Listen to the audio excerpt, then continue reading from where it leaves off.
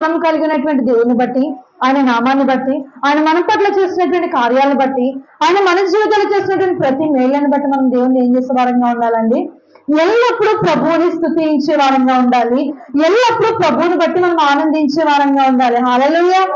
దేవుడు నా పట్ల ఇంకా ఏదో చేయలేదు, ఇంకా ఏదో జరగాల్సింది జరగలేదు అనబడినటువంటి ఆలోచన మనలో ఉండకూడదు. కానీ తగిన సమయానికి దేవుడు ఇచ్చేవాడు అయ్యున్నాడని చెప్పి దేవుని యందు మనం ఏం చేయాలండి?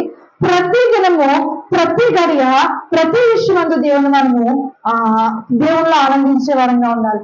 దేవుణ్ణి ఆరాధించే వారంగా ఉండాలి. దేవునికి స్తుతులు చెల్లించే వారంగా మనం ఉండాలి. హల్లెలూయా. మన దిన ప్రారంభము దేవుని స్తుతించడంలో మొదలవ్వాలి. మన దిన అంతము ఎలాగా ఎండవ్వాలండి?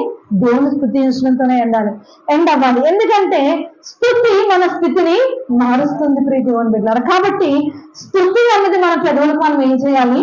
అలవర్చుకోవాలి.